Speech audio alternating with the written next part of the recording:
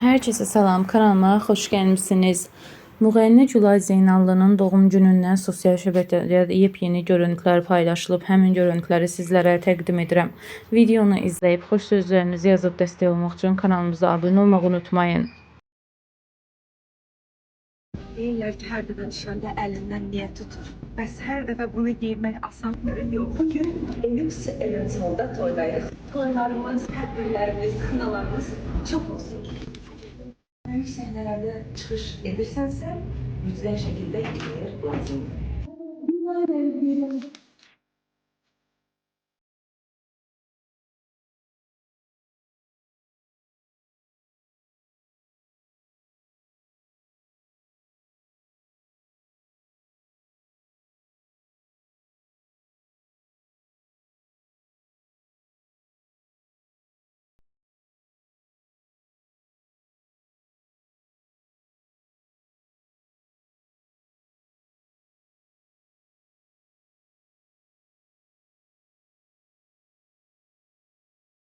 Ben size bunu elə səmimi qəlbdən, ürəkdən deyirəm ki, burada əyləşən xanımlardan daha yaxın heç kim yoxdur mənim.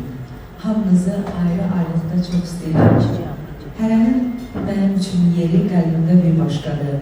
Birinə dərdimi deyirəm, birinə pulsuzluğumu deyirəm, birinə də depresiya düşəndə deyirəm. Yəni ki, hamısı mənim üçün çox gözəl dostdur. Allah nəsib eləsin ki, mən də sizin qapınıza hər zaman xoş gəlmişəm.